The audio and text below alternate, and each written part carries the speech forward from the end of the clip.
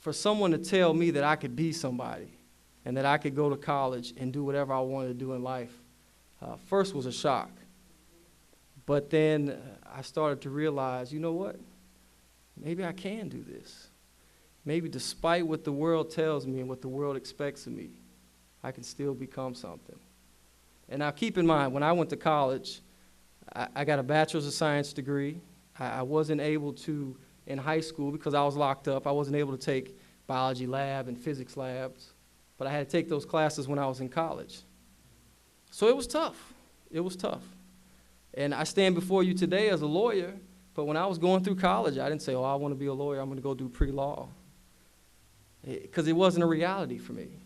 It was a miracle that I graduated high school, because when I was growing up, my mentors were negative. And see, sometimes we hear the word mentor and we think, oh, it's these positive people that are trying to do good things for us. Everyone has mentors out there. Some are positive and some are negative. And for me, it was Otis Moe, the kingpin, driving the Mercedes. First Lexus I ever saw was the local dope dealer. So when I turned 16, and I was born and raised in Chicago, when I turned 16, all I wanted to do was drop out of high school. Well, I got locked up when I was 14, so I was locked up when I was 16. So I wasn't able to drop out. I was forced to go to school because they made us go to school. So then we wonder, well, why? Why? Why me? I think about the guys that I shared bunks with, that I fought with, that I ate with in the cafeteria. Many of them are in prison today for the rest of their lives. Why me? My mentor told me it's because God had a plan for me. But why me?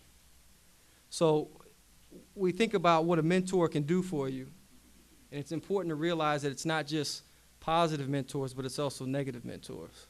And it's those temptations, and it's that fork in the road that we come to. So we have to embrace what we have. Embrace what you have. Society of Gentlemen is a positive thing. The exposure you receive. I'm sure when you were learning how to tie those ties, they were laughing and giggling and took a couple times to get it. But those are important things to learn. How we socialize with each other, how we respect our women, all these wonderful things that we can learn just to make it in life.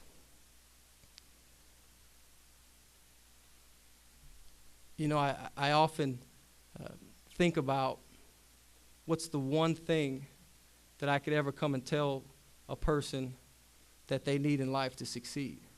What is the key to success? I think there's two things that are key to success. The first thing is education. Let me tell you, education is the key. With an education, you can do anything. You can take everything away from me today, all the material things, and I can get them all back with an education. The second thing is God. Because, see, education will give you the key to open the doors. And then God will give you the strength to go through those doors and deal with whatever you encounter. So with those two things, you can do so much in life.